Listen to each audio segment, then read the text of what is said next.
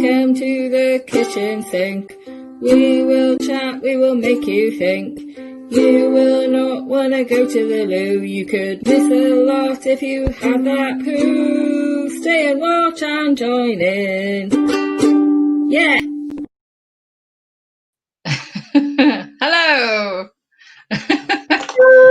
See? Hello, people out there. How you doing? Hello. This is the sound of a woman panicking. This is the sign of a woman opening a bottle of wine going, I wonder when she's going to turn up. Well, see, I'm throwing myself under the bus, so you don't have to. I am running late because of work. Yes, believe it or not, people, I have a day job. And and also trying to soothe my cat, who is currently having conniptions because of all the. It is like a war zone around here. I always say it's like Beirut, but I'm aware that there are very many people that don't understand that Beirut used to be a war zone. I don't know what it's like these days. I haven't heard anything on the news. Hi, you. So I'm putting lipstick on. I'm going to wear red. Look, I got a red David Meowie jumper on. We all appreciate it when Sarah shows us a t-shirt. Do you like my t-shirt? No, is boys. it all right? Lovely pussy. Lovely pussy. Thank you. Thank you so much. Black bra, white overlay. So hopefully that's not showing too much. And when I say bra, I mean vest, because I'm not doing bras anymore. Thanks to COVID, bras do not exist for me. Oh. How are you? I'm very well, thank you. I was in the car at coming back from work about 6 o'clock, and I was laughing to myself that we used to try and get home for 6 o'clock to start streaming, and I was like, were we idiots? Were we just idiots? No, we were just home all the time then. We weren't working then. It was the summer, to be fair. No one was doing anything, whereas now we're trying to figure it all out while also, maintaining a life. Because we're coming out of lockdown, you're going into lockdown, but it's just a pain in the ass. Makes sense. Makes sense. Oh man, I tell you what, please, right, Boris, because I know Boris likes to watch a bit of the kitchen sink, doesn't he? All right, Boris, how's it going, bit? Yeah. How about you get together, old Mark and old Nicola up there, and have a bit of a conflab so that people like us can meet. Otherwise, you could be going in, I could be going out, I could be going in, you could be coming out. We're never going to see each other ever again.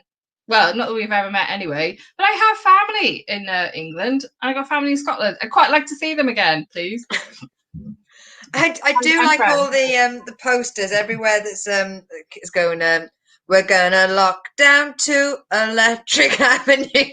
Yeah. If there's one thing we can do is make a meme for a bad situation. I always think of it. It's the final lockdown. Do-do-do. Do-do-do-do. I quite like lockdown to Electric Boogaloo. Yeah.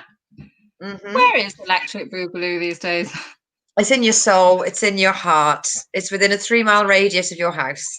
I thought you were going to say it's within a 3-mile radius of your farts. No, get your mind out of the Trump gutter. Ooh, he's on the way out. Yes. I'm waiting for the box set. I cannot do this season episode by episode malarkey. It makes no sense to me. It's taking way too long. There are things involved that I don't understand. So I'm just going to wait till the end and then go, oh. Yeah. Yeah. Yes, wait till the end of 2020 before binging the whole episode, the whole series. Hola! Is that how you pronounce it? And 40 Is that how you pronounce it? I think it's meant to be like Angela Fernando. Oh, pretty cool. Well, right. This is Griff.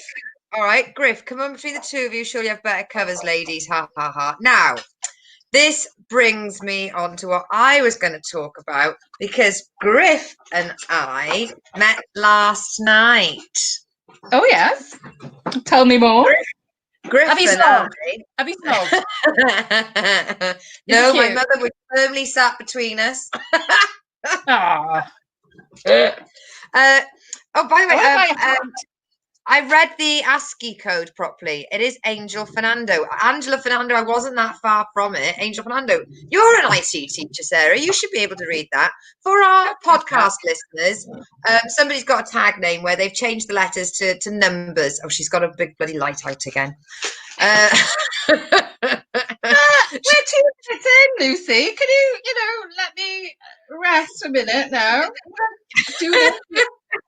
She usually that. Oh, right, okay. Yes, so as I was saying about me, okay, so Griff and I were performing at the Bee Bar in the Barbican night.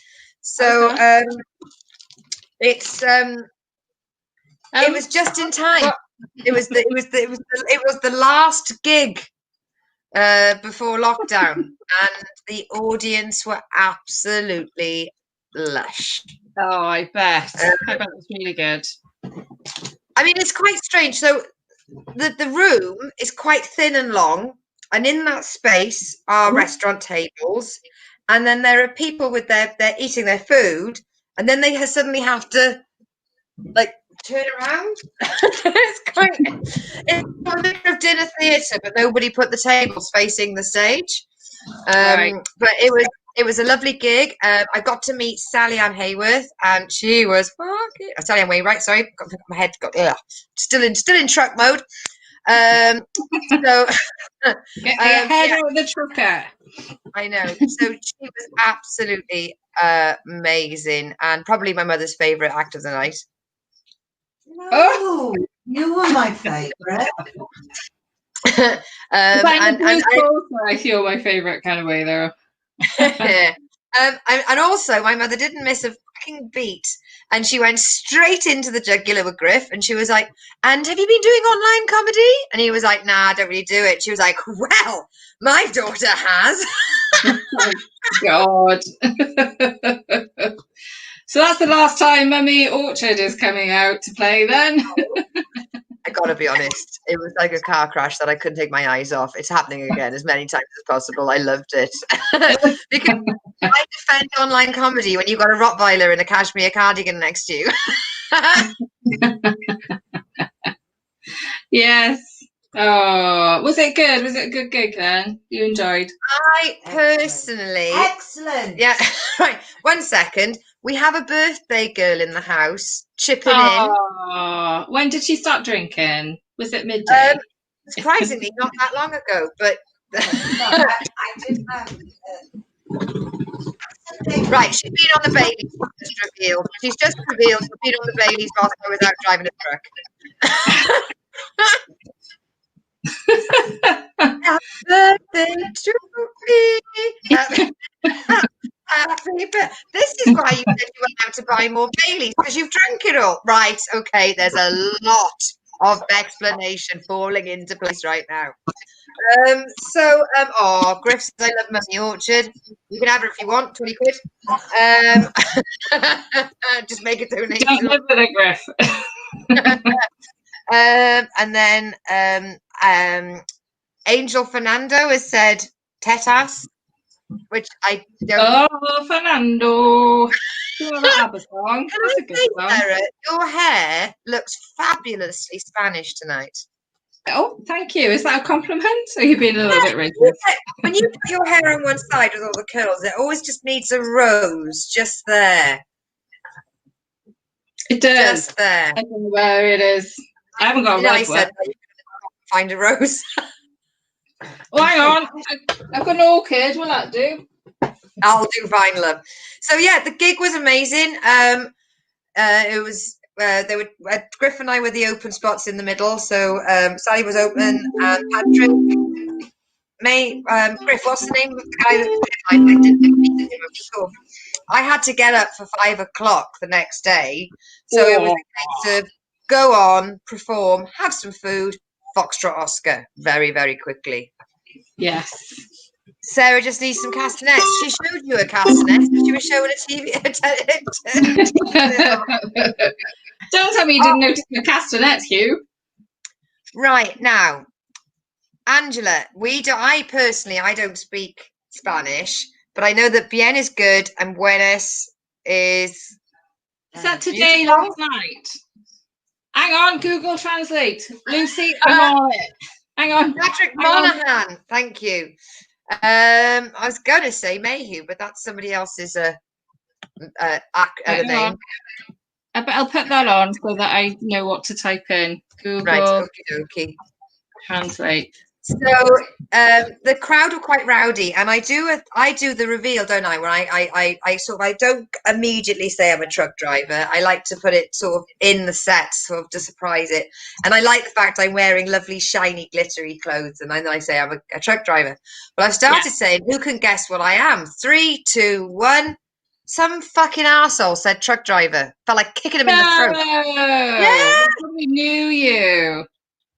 I do get around. Yeah. Like, oh, that's Lucy Orchard, the truck driver. Oh yeah, she borrowed a lighter. Right. Oh, thank you very much, Fernando, Angela, Angel. What does Angel say? Fernando. It says you are both very good. Hey, we'll take that. There's my next Edinburgh poster. Angel, if you had to say one was better than the other, who would you say? Me, pick me. God, say my mother's just shouted me. You are an angel, Mummy Orchard, but I want to know if the Spanish person thinks I'm amazeballs. Yeah. It is Spanish too. Your hair looks absolutely gorgeous tonight. Can I just say, a Spanish person, you should, Angel, Fernando, you should check out Ignacio Lopez, past guest. Hey. He's amazing. Yeah. And he's a Spanish comedian. If you go on YouTube and type in The Kitchen Sink Ignacio Lopez, you will find both of the shows that he's done with us. Yes. Do you know, we've never actually asked Ig about his background and why and all that stuff. I'm assuming, I mean, you've known him for bloody years. Do you know his backstory? Yeah, I do, but I'm not sure if I'm meant to share it. Do you know what? At the beginning of it, I'm aware, when I watch this back, I'm always picking on my ears. Tell you what, we'll get I've never, ever noticed you picking your ears. Ever. Really? And out of the two of us, which one of us watches this back? You do. And who's the bloody pickiest? Yes, Lucy Orchard, you are. You were like, Sarah. Quality fucking control. Yes. So, what you need to do is, you're very good, but you're having a fag. Having a fag. Look, I have been smoking all day. I had, today was the first day in my new job that was drama free. Oh, congratulations. I'm so pleased. And also, when I was in on Wednesday, I do Monday, Tuesday, Thursday. So when I was in on Tuesday, I was driving somebody else's truck and the truck broke down and I had to take it to the truck doctors. And everywhere I've worked previously, when I've said this isn't working, I leave the workshop and some fucking old boy walks in and goes, nothing wrong with that truck. That mate doesn't know how to drive it. And they don't fix it. And I only ever find out afterwards that I'm being undermined by old men with half a fucking mouthful of teeth. And people wonder why I have anger issues. But today I found out that not only was it not my fault, it had been reported before. And if anything, it was the culmination of everything. So today was vindication day. Yay. So they were actually nice to you, is it? Uh-huh. Oh, no. Angels, she's brought us in with a false sense of security. For our podcast listeners, we've got somebody involved on the chat called Angel who has been typing in Spanish and has been entertaining Sarah with Google Translate. And then as soon as we actually made the effort to translate it, Angel's only gone and switched the Anglo button and she's typing in English. I'm assuming it's female. I don't know. Angel is gender fluid. Gender fluid. Exactly. I mean, I've been watching Lucifer and they get up to all sorts on there, those angels. Right. I found Lucifer on Netflix and it's made by Netflix. And yet Netflix are only showing season 3 onwards, and I'd nothing else to watch. I'd watched all of Netflix at this point. Just like Sean Harry says, you sit there and you're just like, I don't know what I want to watch. And it was up on the recommendation, so I watched it. So I started from season 3. And Spider said that the best bit about Lucifer is bloody first 2 series.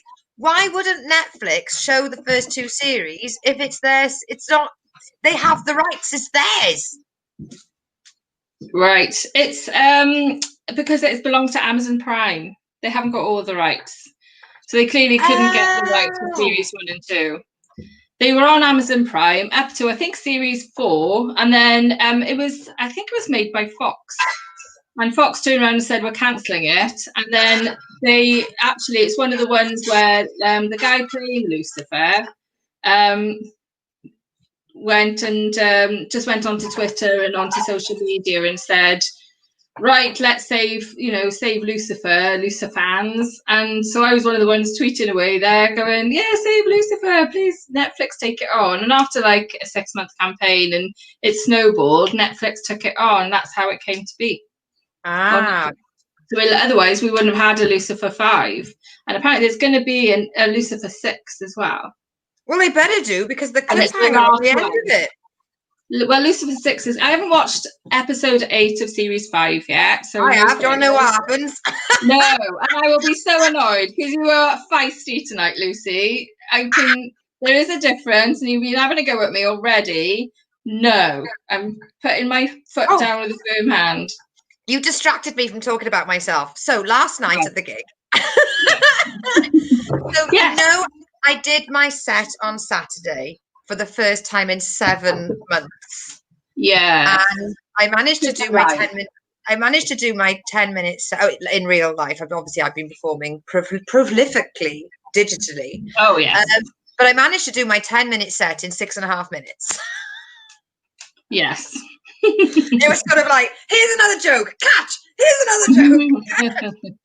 So then on Monday, I snuck down the M5 to go visit former kitchen sink guest, Dr. Maggie Irvin, and we went through it. And I did it in 9.5 minutes last night. I paused like a grown-up person who knew what she was doing and stuff. Well done. The other thing you could do is add more jokes. That could be your natural speed on stage. Well, no, when I watch it back, I throw away so many jokes when I do it fast. Right. Where you would put a beat so the audience would go, oh, I've already done another 2-3 jokes by then. Right. Okay, yeah. But I do one joke where I have to include the current day of the week. Right. So last night was a Wednesday.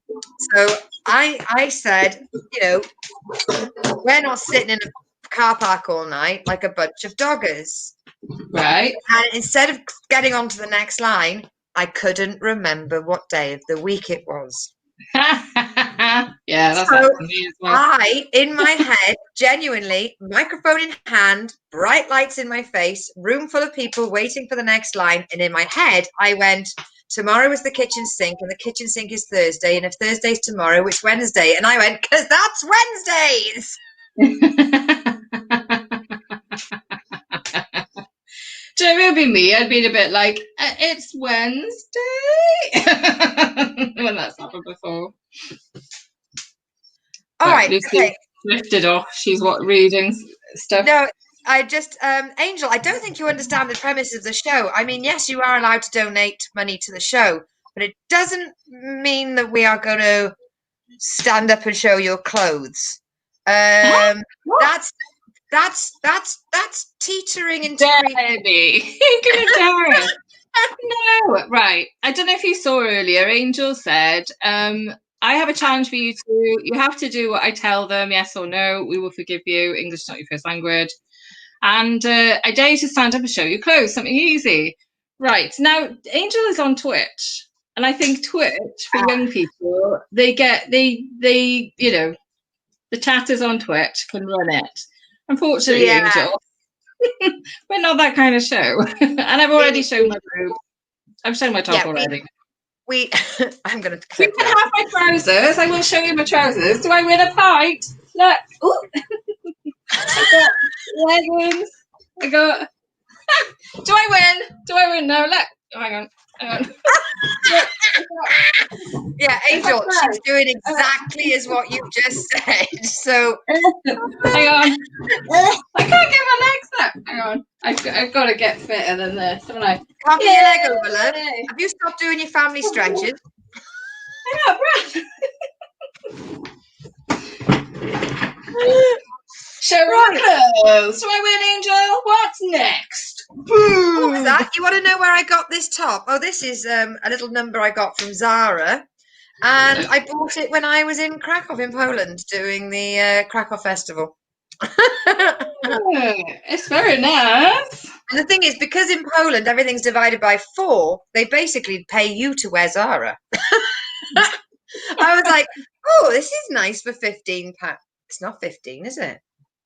Divide that by 4. I'll take everything you have in here. If it's in my size, just bring it here. Oh my God.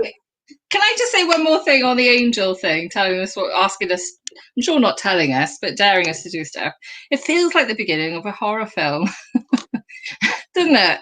Feels like, and the next thing is, it'd be like, murder someone or I will kill all your family. You know, that's what that feels like. I'm like, I'm not sure where this is going. I will murder someone more likely than I will stand up and show you my clothes, as long as they're the appropriate list. Is it somebody of my decision or somebody of yours? Depends on it depends very much on the person. I'm not sure I could murder someone. I could probably stamp on their toes a bit, maybe. Oh, if you're asking her to find someone and to give them a hard Paddington spare, a hard Paddington bear stare. I'm a girl. 1, 2, 3. Challenge that you no longer want to play. Yeah, 1, 2, 3. Hang on. My Spanish hair. Hang on. Oh, wow. I've got to channel it. I've got to be proper annoyed. You do look beautiful tonight, Sarah. Oh, thank you. You've just saved yourself. No. And the reason why I was holding back on it is because of something Jerry Kay said. Is like when you pay someone a compliment, it makes it sound like previous to that compliment you were a mess. But you don't like go. Oh, you look good today. Like usually you don't. Oh, but you look lovely all the time. But you look even more lovely. Play another challenge, or they no longer want to play. Yeah, we're fine with that. Thanks for that. We're all right. Thank you, though. Oh, stay with it. Here's a challenge for you. Look at the link going across the bottom of the screen. Go to jokepit.com, type in the kitchen sink, and you'll find a little green donation button which says buy us a cup of tea. Go crazy. We do take Mexican money, whatever that is. Lira? Pesos? Mexican dollars? Do you know? It's exciting. International. I know. This part of Mexico, it's a big place. Yeah. And do you have podcast abilities down there? Please tell everybody about the Kitchen Sink podcast. Yeah. And I tell you, it is nice to have Danny with us. I haven't noticed Danny for a while. So hello, Danny. Nice to see you. Sorry, I went a bit Make sure I gave Danny a really big shout out on the birthday. I didn't give a big enough shout out on the birthday, but because it was on a Tuesday, I think I was just about to go live, and I was like, "Oh shit!" How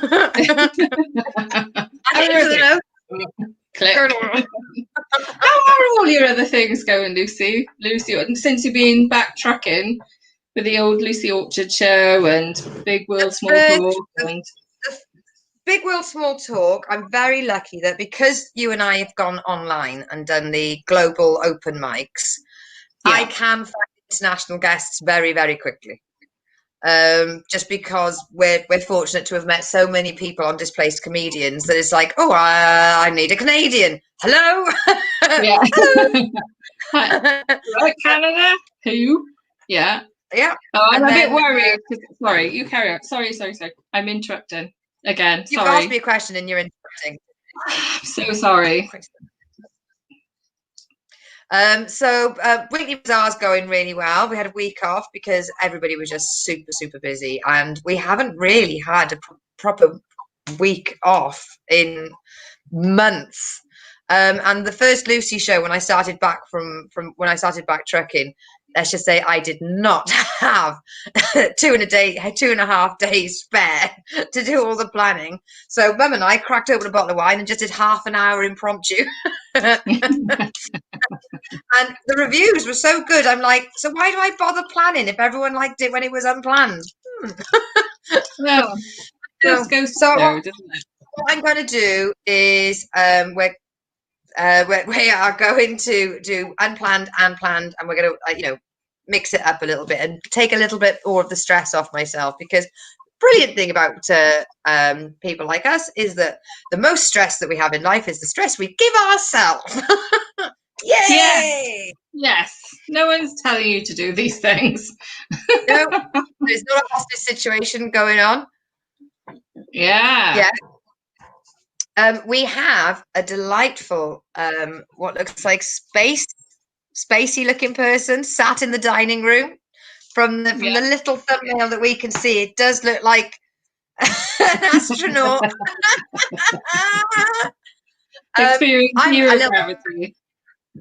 I'm a little bit overexcited to see Jenny, because we haven't seen each other properly, have we, since the last kitchen sink, which was so early on. It was back when we were doing Sunday sessions, which is like a million years ago, because lockdown works in its own time speed.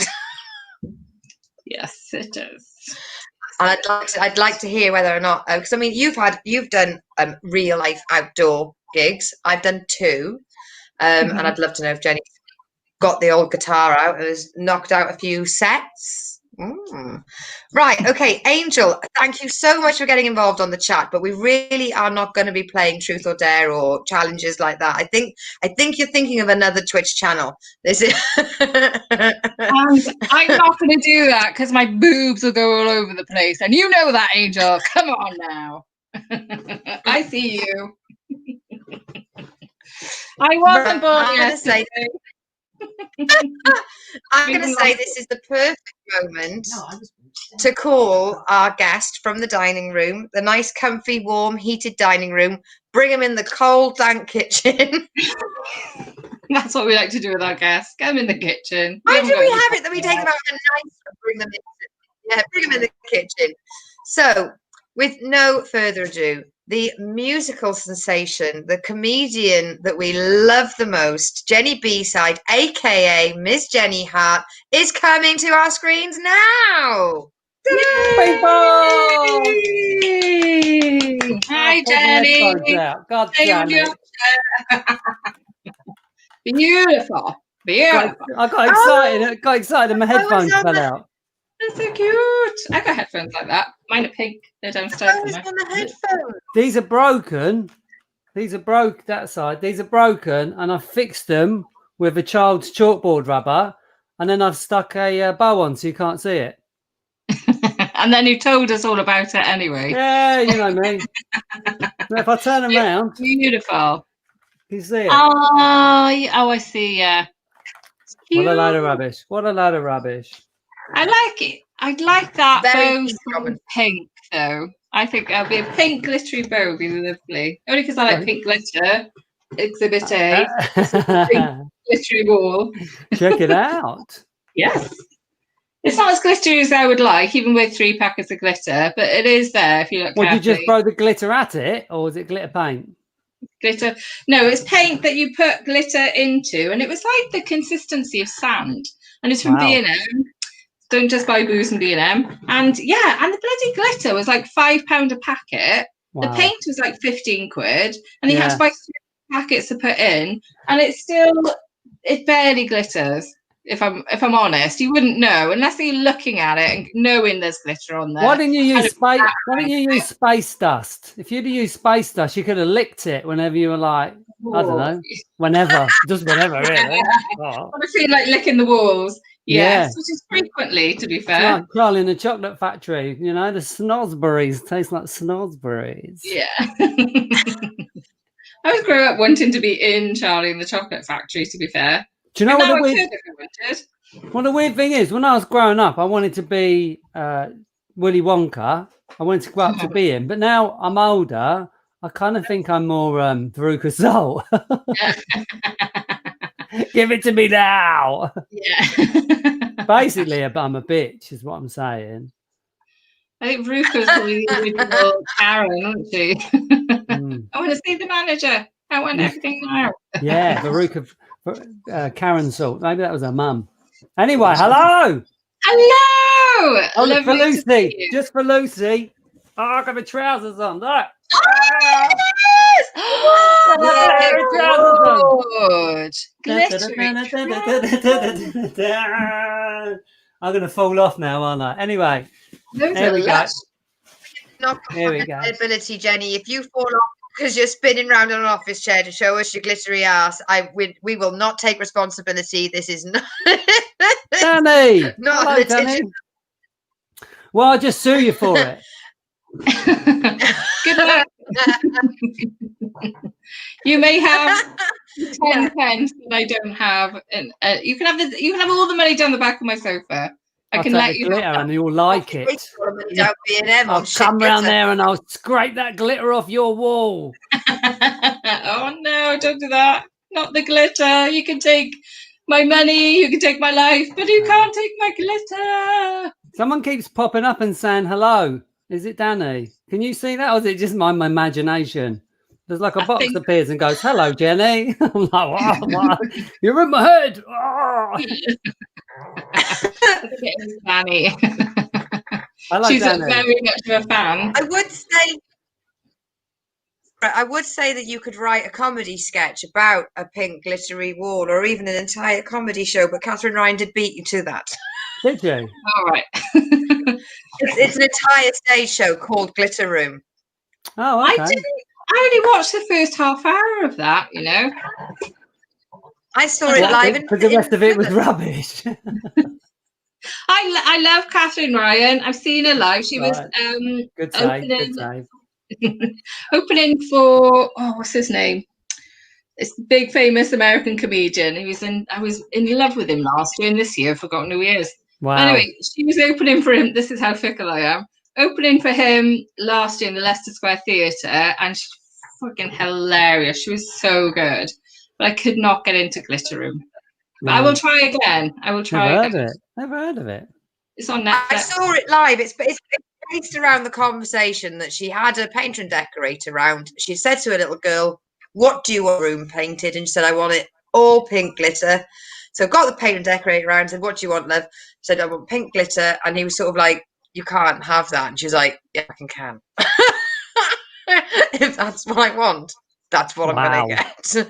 And an entire stage show was born from that kind of attitude and mentality towards life. Was Lawrence Llewellyn Bowen involved? Was Lawrence Llewellyn Bowen involved? He did it in an hour. Yeah, it sounds about right. Velvet and glitter.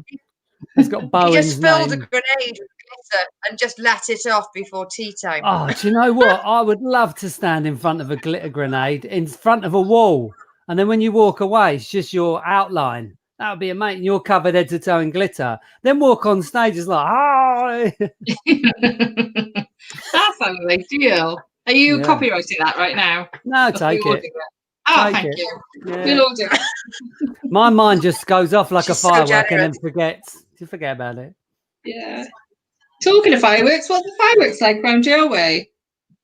I've come into the kitchen, stroke spaceship, because it looks a bit like a spaceship. I like it in here, actually. It's all right. Yeah, it's nice. Only because I just had it done, you know. Yeah. But you could do... sorry, I should let you answer the question. No, you go. Honestly, it's your show. I'll just listen. I'm just saying I'm obsessed with, you know, YouTube, the ones where they're telling you what to eat. No. Right. Get on it, right? There's one called Plantable Kiki. I'm in love with it because her kitchen is amazing. She's beautiful. And I'm like, I want to be Plantable Kiki. But you could do a YouTube about food in your beautiful kitchen. I was just going to do a podcast about being in space and hating just everything, really. That would be better, I have to say. That would be far superior to my Boy, it says idea. something rude on my cup there. Like, oh shit. Oh, Oh no, you can be rude. we're allowed to swear. We Yeah. are. Oh, thank I fuck for think that. so. We're just not allowed to play any songs in the BBC. Oh right. I've been practicing with my mate John Wilson. Do you know John Wilson does Dickie Dido? Hello, ladies in trousers. He'll hate me for doing that impression. Look him up on Instagram. He's really funny. Unreal. That sounds hilarious. He's sort of pushing me to, pushing each other to do characters. And all I can do in an accent is, you little asshole. That's it. Just that one line in Australian, so I'm working on it. Oh, that's awesome. What's his name again? Dickie Dido.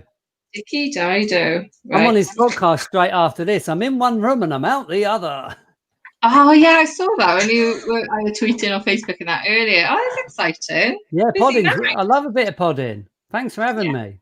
Oh, pleasure. Thanks for coming on. Well, I'd fuck all else to do. I've met, I've got a feeling we're not going to be I've met tired. know what? an Can I ju- amazing. Oh, we're Will losing you Lucy. two let me speak for a bloody second? Can Well, I you're just say, let you can I- speak, Lucy. Lucy, can I just say one thing? The fridge is next to me, so I can just get drinks out of it, just like that. Orange juice. Oh, I've got some pea milk. Do you like pea milk? I haven't tried it. Oh, it's Never seen it. amazing stuff. Oh, it's amazing. Yeah. What else we got in here? Mayonnaise. I've got my boobs. Oh, sorry, turkey fillets. Yeah. I don't know why I went there. Sorry. No, that's okay. I'm just waiting for Lucy. Lucy wanted to ask a question. Oh yeah, go on. I was going to Lucy. say, if my internet will allow me, because I may change service in a second, then you two can gabble whilst I disappear and Service. come back. But I've made friends with a lovely character comedian called Dana Wisson of the online comedians group, and she's going to help me develop a character act because I've isn't come the up with a character? name. Go on. You're really delayed. That's all. The name Sorry. the name of the character is Jake Break, and I want to do a typical truck driver with the hat with the logo on it, and like really crap goatee, and just stained t-shirt, maybe even a bottle of Lucozade, which is actually a bottle of piss. That's the only character that I've thought of doing so far. Yeah. But I would like to dabble with character acting. Give us a go. Give us a go now. Go on. Give us a couple of lines. All right. I'm known as the Scania Man because I definitely can.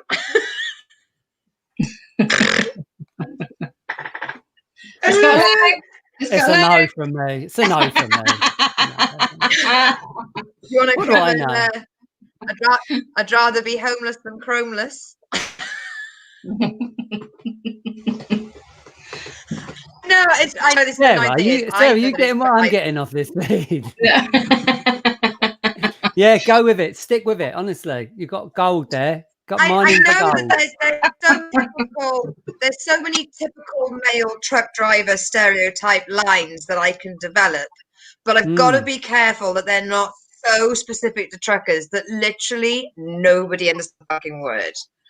Because I get to meet a really niche kind of truck driver that will spend half their wages on cleaning products for the inside and outside of the truck, even though they won't lift a finger at home.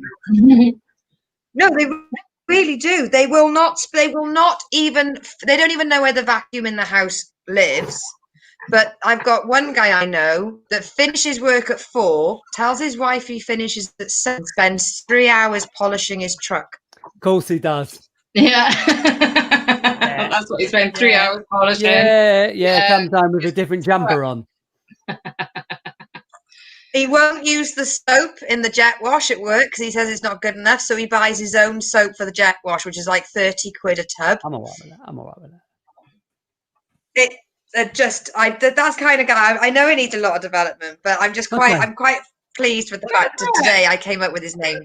Got a question for you. Because jet break is actually a trucking term.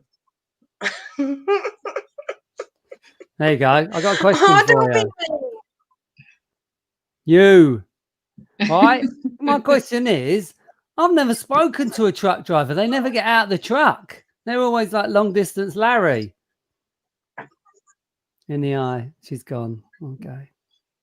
Who was I talking to? Somebody was actually they were drunk, and they saw a truck, and they wanted it. They just those really shiny, really expensive, the kind of guy that I'm on about, that sort of bought their own curtains and carpet, and you can't wear your shoes in there. And she just climbed in the fucking truck. She got into a truck driver's cab by herself, which is like the best fucking horror movie starter for anything. And instead of him kicking off, because she said your truck was so nice, they were like, "Yeah, it is, isn't it?" And then let them see around.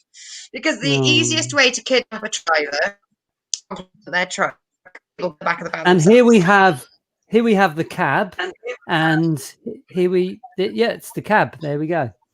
Here's the bed. You're in the bed. You're actually in the bed. How is it for you? Yeah.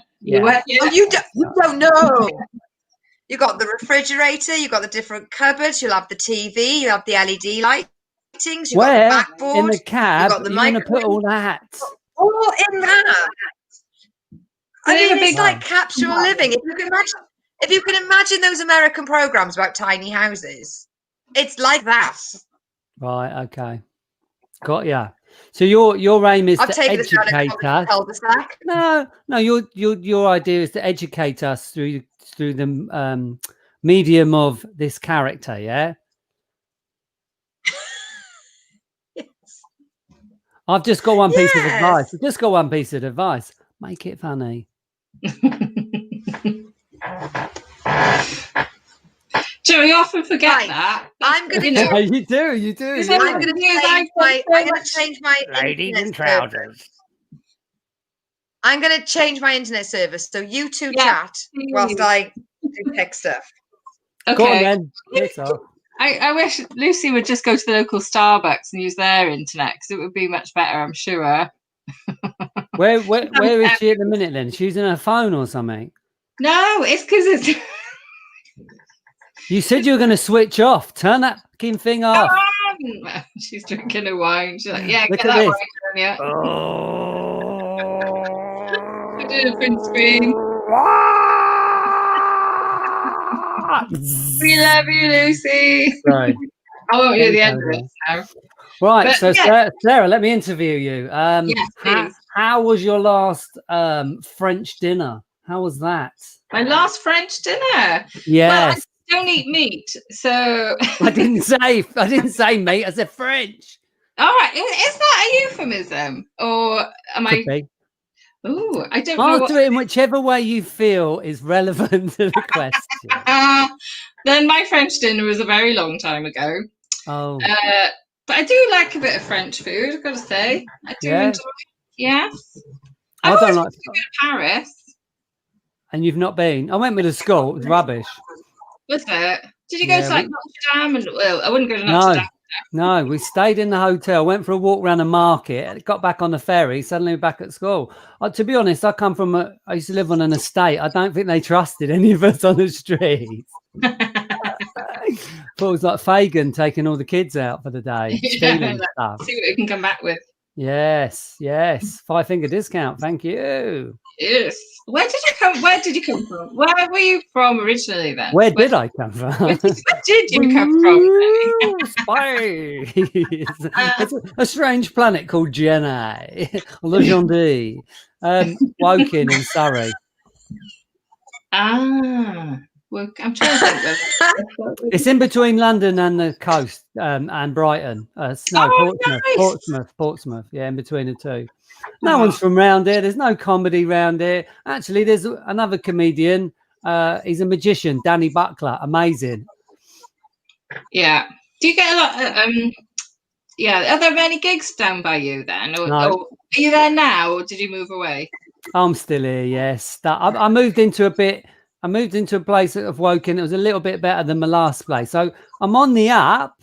Yes. Slowly. It's been 35 years. I'm 35 years old. 35 years. I'm not. It's 35. So who knows where next? You don't want to move. You just had your kitchen done. Well, I had it done so someone would buy the house because the rest of it looks like shit. But look at the kitchen. No, when the lady comes in, she'll be like, then bloke could be like, oh, look at this in the corner. Look at that TV's hanging off. The skirting board. Look at that crap. And she'll go, oh my God, but look at the kitchen. That's really gender specific, isn't it? But I'm exactly the same. I love a kitchen. Yeah. And I would be sold on it. Yeah. It's always kitchens, bathrooms, roof. As long as those are sorted, because those are the expensive things, everything else you can sort out. Unless it's subsidence, obviously. Yeah, I'm in a flat. My neighbour's probably listening to the conversation. Hey, you Dave. I'll tell you a funny story about my kitchen, right? Because it's only small. Yes. I only live in a small flat. I thought, when did I do this? Last Christmas, I just thought for some reason that fitting a kitchen was kind of easy. Mm-hmm. Yeah. So I decided to do it myself. Oh, you did not. And what I did was I took out the whole kitchen, and I mean from the floor to the ceiling. And the only thing that was left was the sink, and I couldn't get the sink out, so I had to prop it up on an oar. And someone come around the week later and went, "What have you done to your kitchen?" I'm like, "I don't know. I don't know." Oh my God. And then I had to save up to get the kitchen done. So the sink was on an oar for about 6 or 7 months. Oh no. Yeah. Oh my God. Yeah, Super Jenny, come on. No, nothing. No. So I'm like that. I'm like, oh, can I just bang in this wall? I last night I was in bed and I was thinking, I don't really need 2 upstairs rooms. I could just put through a wall, and I've got one big bedroom. And luckily, I do have my dad is still available, so I can ring him and say, "I'm thinking of doing this." And he'd be like, "No, don't." No, do put the phone down. Yeah, no. Where's my dad? Can I borrow your sledgehammer? Why? I can put a wall in. No, you're not. I'm thinking of turning my house into a pile of rubble. Is that okay? No, it's not, dear. Not even for Christmas. Yeah. I hope I can hear better now. Is my mouth moving in time with my lips?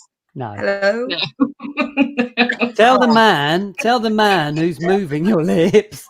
Let's just not go there. Actually, let's just move on from that. That's going to go into a bad place. Contestant number 2, stand up now, please, lover. Oh God.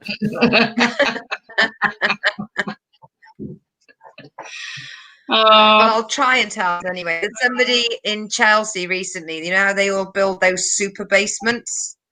And they had the super basement, and unfortunately 2 houses collapsed either side of this place because the basement was so big, and just the whole thing just went.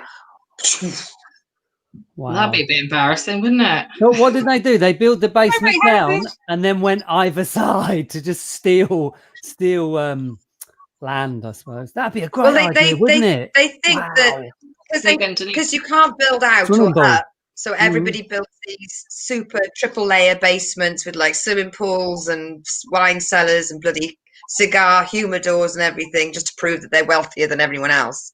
And because they went so far down with the foundations, the house came down and took the other 2 with it. Oh, I'm not surprised. Serves them right. But I am noting that down. Tell her to Mordor. Okay, brilliant. Surely you go below the water table. I don't really know what the water table is, but I think we learned it at school. Don't you go below a certain level and then there's water? Is that what the water table is? I always wondered what the water table was. I thought it was the natural level of water. Oh, look at Lucy's face. Amazing. Look at that. That's what she's going to look like when she's 65. Quick, screenshot it, Photoshop it. I've already got, I should have print screened the first one. Print screen that now. Have you been digging, Sarah? I have only slightly. I did an outdoor gig a couple of months ago in Cardiff. In where? Cardiff. We always say Cardiff. Yeah, Cardiff. Cardiff. That was the last one, but it's so disheartening when you'll be booked for a gig and then they're like, "Oh, can you do this?" Oh, never mind. can you do this date? Oh, never mind. It's just like, oh. I had And a gig, I'm not fussed on, I mean, Lucy, close your ears. I'm just not fussed on online gigging, to be honest. No, not me. There's no need. Well, you do it if it's the itch is one you scratch. I can't think of the word. Yeah. If that's something you want to do, then do it, but don't feel like you have to. Yeah. Because those online gigs will continue, and the people who want to do them will continue to do them. You know, let them do them. So when live gigs come along, we don't have to bother with them. You queue over there with your online gigs. Go how long my finger is. Look at that. Feel like one of the witches. Turned a child into a mouse. Nothing. You got nothing. You got nothing on me, Orchard. No, that's not even the longest one. Mine is as big as the screen. Okay.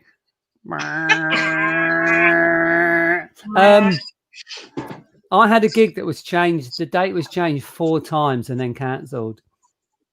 I think mine was 3 and then cancelled. Yeah, same with us. Maybe mine was 3 and cancelled them. Was it with Noel? No, ours was me and Lucy were booked to do the same one in Bridgend. Oh, is there gigs in Bridgend? My friend's from Bridgend. I'll keep saying I'm going to see it. Obviously, you're locked down, but I'd love to do a gig in Bridgend when it's back up. If we want to do one together. Yay! Yes, we will. I'll put it on myself if I have to. Yeah, do it. Do that. That'd be amazing. Yeah, definitely. We'll sort something out for sure. I'll bring the guitar down. I know Chris is working with someone to do a gig in Bridgend, so hopefully we can get you on and I'll talk to Chris, but if not, we'll create something anyway. Yeah. Willing to come to Swansea? Oh, I love it up that way. Yeah, cool. Yeah. Double entendres all night tonight. It's the way I say them, I think. I think it's just the way I say everything. I don't know. But yeah, like it's weird because you step away from gigging as well. You kind of, there he is, it's Dickie Dido. Hello, ladies in trousers. Oh, Dickie is. I've been meaning to. I've been trying to think. I've just been trying to get a gap to go right. Hi, Dickie. Hello. That's Dickie Dido, is it? Yeah, you can tune into his show later and just type random shit into his box and he'll respond. That's how we became friends, and now I'm on his podcast. Oh, cool. He's all right. He's a nice. Wow. But he does his loads of random shit in my box. I'm not friends with Dickie. Wow, this is a different kind of shit. Nonsensical shit. Anyway, all right, Dickie, you're Dickie Dido. Yeah, he does comedy and stuff. It's funny how we all meet though, isn't it? Because I met obviously Lucy at a gig. I've now met Sarah obviously through this. Yeah. We've not met in real life, IRL, have we? No, I saw you at the Glee. Remember? I don't know if you remember. I saw you at the Glee. Yes. You were on that night, but we didn't actually meet. No. I was surrounded by fans, wasn't I? Yes. 3 of them, you couldn't get past. All 3 of them, they were like, no. They were. I wasn't sure if they were friends or not because they were oh my god. But I thought they might have been friends of yours. No. Do you know the great thing about the Glee Cardiff is that long staircase? If someone's following you outside, and they got heels on, it's kind of scary as you're going downstairs because they're trying to be faster, and it's like, trying to catch up. You're like, oh no, quick, go faster. And then I don't smoke, but I always go outside because you need to sort of get fresh air and stuff and get out of the club. And there's just lots of people out there going, oh, it's you. Yeah. Still not been asked back. You're quite tall IRL, so you're not easy to miss. Exactly. I'm only 5'1", so I can just put my head down. Head. I could hear you, I just couldn't see you. Can I have a drink of coffee? Well, that's going to be my claim to fame. I'm gonna lunch out this for so many years. Because Jenny, how tall are you? 5'10", maybe. And Jenny has very high heels, and I had high heels on. But the fact is, after we'd both performed, a gentleman came up to me and said that I was really good at playing guitar. And I had to sort of look sideways and then go, right, you see that woman there?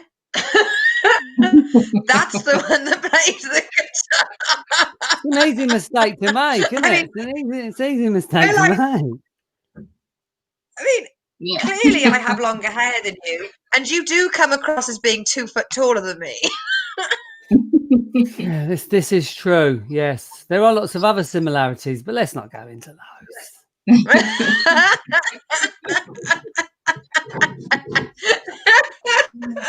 So I gave him my number. Yeah, that was a good night, though, wasn't it? The people that were there was a group of people wanting to take me to a pub, but I didn't drink, so I turned them down. But I kind of wish I'd gone now. Oh yeah. Yes, Next Clumpton is. Thing is, What and was this that? it was very similar as well to the. I don't know. Please tell me if you can hear me. I've changed now to the third internet provider that I can use, and they're all shit. But what I've noticed with the Tiverton gig I did on Saturday and the Clumpton gig that we did together, and the Plymouth gig that I did down there, the Southwest audience, they're very difficult to please in certain respects. They do want a lot off their comedians, but if you please them, they love you. They're all yours. But if you go on there with sort of, I don't know, a bit too much swagger, or if go on there wanker, maybe people will hate you. Yeah. trying to work out the right way of saying it. But yeah, they can sort of sniff you out. They're really, really friendly, and they want to laugh so badly at all the jokes. But if you sort of go a little bit too cool for school, then they are sort of no one likes the ego, do they? Really? Well, no. I found, because I did 2 gigs down across that way, and both of them, as soon as I walked into the room, I felt welcome and people were smiling and like, hello. Whereas I've done some gigs, people have looked at me and gone, oh my Christ, what is that? What is that? And then afterwards they come up to me and gone, I was really scared for you. I was scared for you. I really was, but you did okay. Well done, you. And I'm like, yeah, it's my second gig. Thanks. I need that. I need that. I will take tips if you've got any, and then just walk off halfway through them telling you how to be funny. I don't get, like, I've kind of forgotten what it's like to be like, I've loved comedy forever, and you know, I spent 30 odd years being an audience member before getting up and doing it, and you know, it's just you do kind of forget, well, what's it like? I mean, I remember being in the audience at the Glee when you know, and seeing them up there and being annoyed if everyone else in the audience, if it was a shit atmosphere, and I wouldn't ever blame the comedian. I would be like, oh, come on, guys, because you can tell that there's more people in the audience. So it's all about, if the majority of the audience come in a good mood, that'll jolly everyone up. But it doesn't take many negative people for it to be a tough gig, because negativity trumps positivity. I think, you know, and you want everybody to have a good time, don't you? Yes. But some people just aren't going to have a good time because they've come for the wrong reasons. They thought there was a free meal, there was a cash point there, they popped in. I don't know. They were dragged. You know, they wanted to go, they don't want to go. I did a gig in Brighton, and there was a group of people there, and I did one of my jokes, and I made someone cry. But she cried because she'd just come out of a relationship that week. It was really tender. I'm doing relationship jokes. Her mate's going, over here, she's single. No. She obviously broke, and you kind of got to ask yourself, did you really need to come to a comedy night? Because I think comedy is the best laughter for everything. But when you're that sort of fickle, you never know what's going to happen at a gig unless you know the comedian. Yeah, and also, did her friends all need to like highlight her as well when she's feeling sensitive? You could see what they were doing, but at the same time, you live in your own bubble, don't you? But even when I went, I sort of felt bad, and I went down to the bar because she wasn't in the gig; she'd left because I made her cry. I went down to see if she was okay and apologise if I'd upset her in any way. And we were talking at the bar briefly for about a minute, and I just went, oh, do you want a hug? And I went to give her a hug. She went, don't come near me. I was like, oh, no. No. It's literally, So did bro. you chase her around the car park? No, I just ran up the stairs. Hug me. But what can you do, right? I went to a gig last May. I went to a gig in Exeter in the Phoenix, and Mum and I went because we love Alfie Moore on Radio 4. We love the because he's the guy that's the homicide detective, and he does the It's a Fair Cop comedy show on Radio 4. So we went there, and I think the confusion was that people thought they were just going to listen to a Radio 4 program. So he's working his way around the crowd, and he's going, so what did you do? And I swear to God, 5 or 6 alpha white males just tried to either be funny or elusive. Like anyone gave a shit, just lie. You know, what do you do for a living? Retired. Right, so what did you do beforehand? This and that. And my skin was crawling. I wanted to get up in the middle of a gig and just say to everyone, have a chat with yourselves and remember you're at a fucking comedy gig because you're sucking the atmosphere like a black hole right now. And the poor guy. Other holes are available. Oh God, I was going to say something then.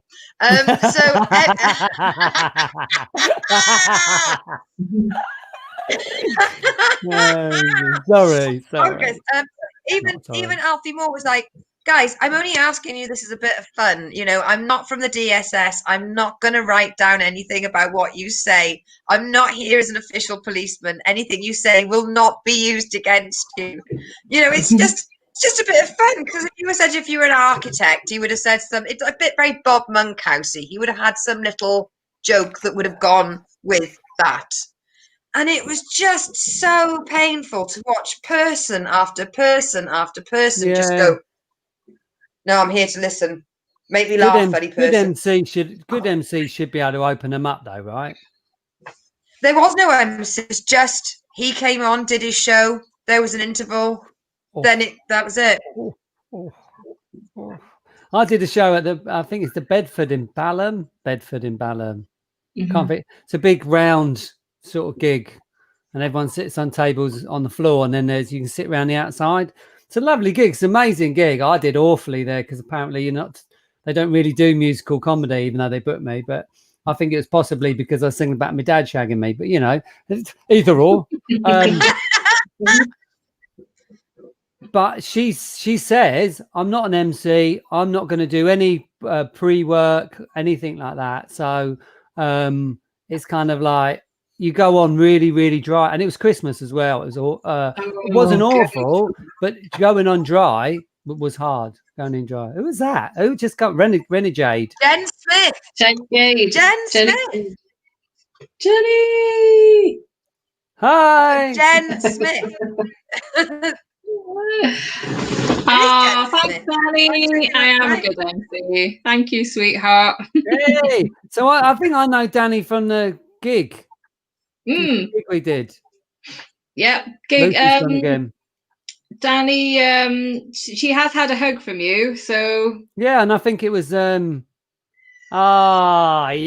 baby, come on, still lasting. You probably still smell me, right? Yeah. I'll leave my mark like a cat, like a manky old cat. Yeah, I think we had a really nice chat actually after the gig, which I find is really nice when people take the time to not only talk to you but talk about them, you know, like a sharing experience. I think there was a bloke there talking about farming. Lots of gigs talk about farming. Was it in Carmarthen? No. All right. It was Jack Fazer. Oh, we were at Jack Fazer. That was in Swansea. Yeah, Jack Fazer. I'm trying to think of the name of the bloody gig. For the man that runs it. I can't think of his name. Paul Dennis. That's it, yeah. Here's a funny story. I've got loads of these funny stories. So Eddie Vanderborg, I I was driving him from London. So I went backwards on myself to London to pick him up, to drive him up to Cardiff. And he's an amazing comic. And I just wanted to share car experience with him. Anyway, picked him up, put my sat nav on. And it's about, I don't know, it was about 2:30, 3 o'clock. And my sat nav suddenly went, it's going to take 6 hours. And I was like, Addy, we are not going to get there in time. There must be traffic. There must be solid traffic all the way to Cardiff. Yeah. And he's like, oh, no, what are we going to do? I was like, I just don't know. Should we call Paul and see what's going on? Anyway, we rang Paul and Paul's like, don't worry. You're on in the middle. Addies can go on a bit later. It's fine. It's fine. We're like, there are lots of people. They said there's about 10 people. We're like, okay, we'll give it a go. Anyway, about halfway there, I was thinking, this is a really weird way to go. What I'd done was when I put my sat nav on, I'd left avoid all motorways on it. Oh no! And I've still not told him. Still not told Addy. He's not listening, but if you ever see this, Addy, sorry, mate. Did you get there all right? Yeah, we got there about 8:10. It just started, I think. Right. But it was the panic. It's a panic I caused. We should have got there at 6, got some food. But no, I took him all the way around the houses. It took us about 6. On the way back, flew home. Yeah. There's quite a lot. Sometimes with gigs, I don't get how, when you look at the sat and you think, well, it's 4 hours away or 3 hours away. And then like, how did I still, I left at 10 p.m. How is it still getting home at 4 a.m? It's like for a time zone. Yeah. It's like the Bermuda Triangle of time. West Wales, isn't it? You go, what happened there? Back in time 20 years. And 2 hours. Yeah. I like the driving now. I really like the driving. It's nice. I do when I'm not being stopped by the police. I tend to get stopped by the police quite a bit. Because your driving's really bad or you're drunk all the time? I think I should stop reading and driving at the same time. Maybe I should just get that book down, concentrate on the road. That's terrible. You get someone like Lucy in a big truck, just drive straight through you and go, oh, what was that? Yeah, like that. Right, darling. Who's got the fireworks going? Me. It's like a bloody war zone round here. Are they throwing them at each other? Yes. Nice. I live in an area. I said to my mum this morning, like, have you had many fireworks? She says, no, we haven't. I think it's because we got pets. And I'm like, no, I think it's because you live in quite a posh area, whereas I can't afford to. The area I live is where people work for a living. Yeah. So lots of kids. They don't give a shit about their pets. And this year, the fireworks seem very aggressive. Yeah. It's like, yeah, we will have a firework night.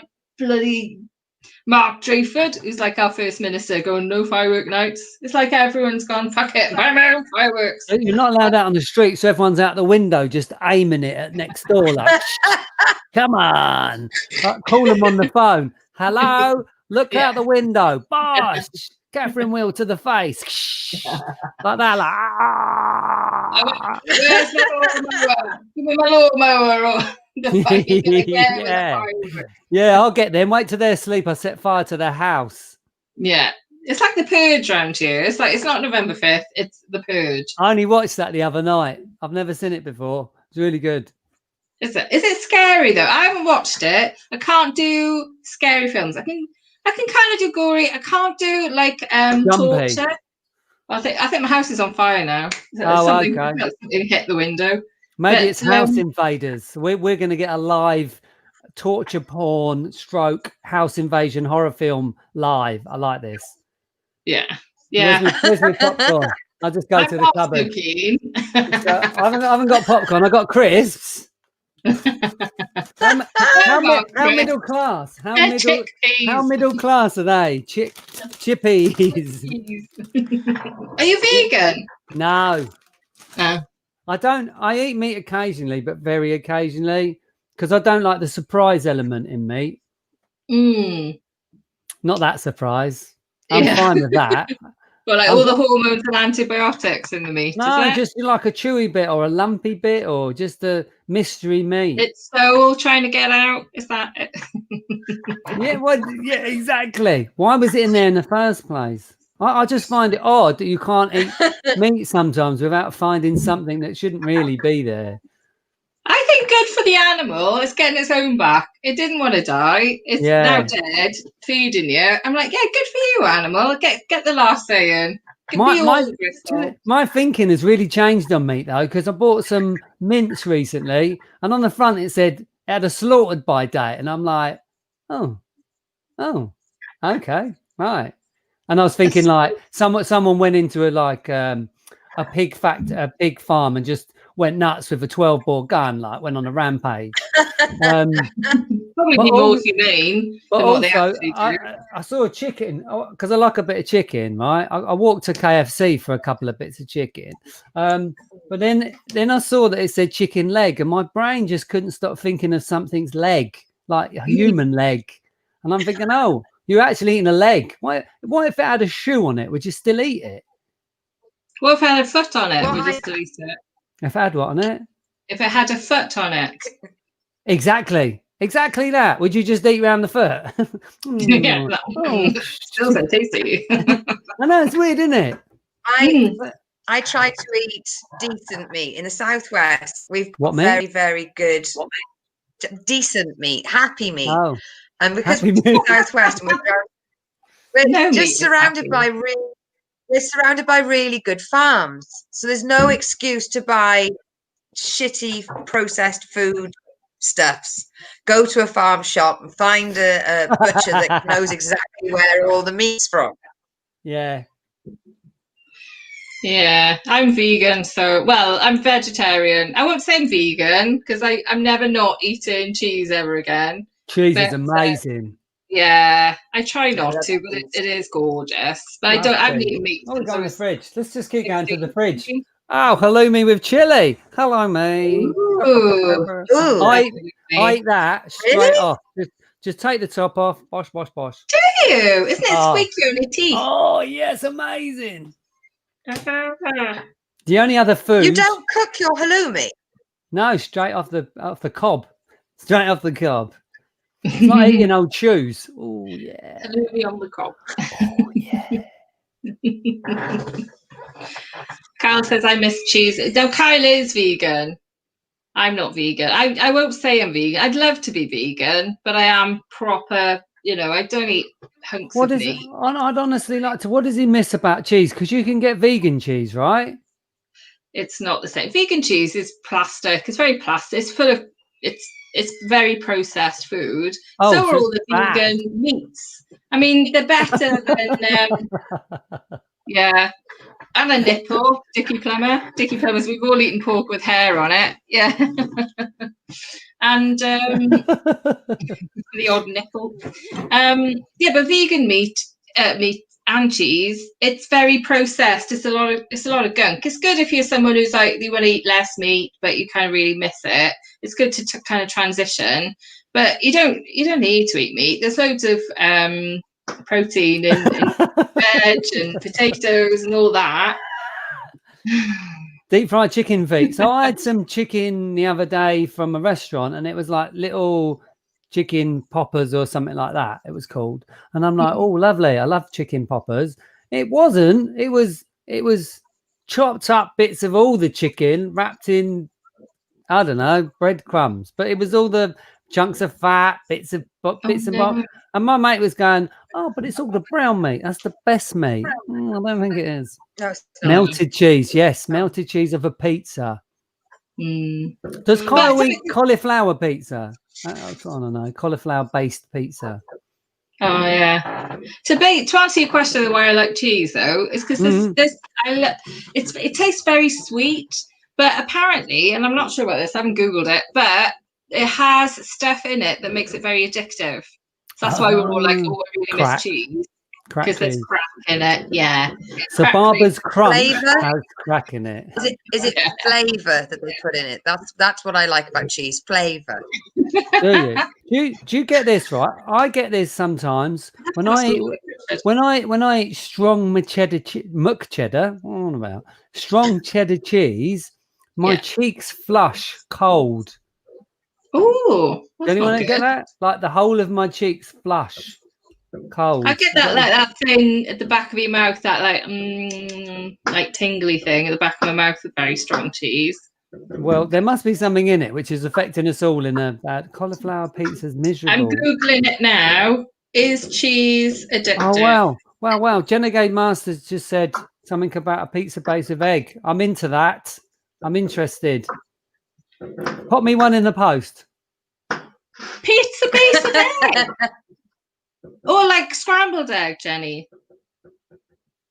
Right, we're all googling now. Yes, just give us 5 minutes. Right, so cheese may be mildly addictive due to its protein casein, which your body breaks down into casomorphines. Oh, any kind of morphine sounds good, doesn't it? Yeah. These compounds attach to dopamine receptors in the brain, possibly triggering cravings for similar food. However, cheese is nothing like addictive drugs. I think we'd know by now if cheese was like an addictive drug. Well, people are saying they really miss it and they miss melted cheese. So what I wouldn't miss from melted cheese is burning the roof of my mouth when I eat pizza. It's like glue. I love pizza. Pizza's the best. The best is my mum's lasagna. And my mum is... What, in a pizza?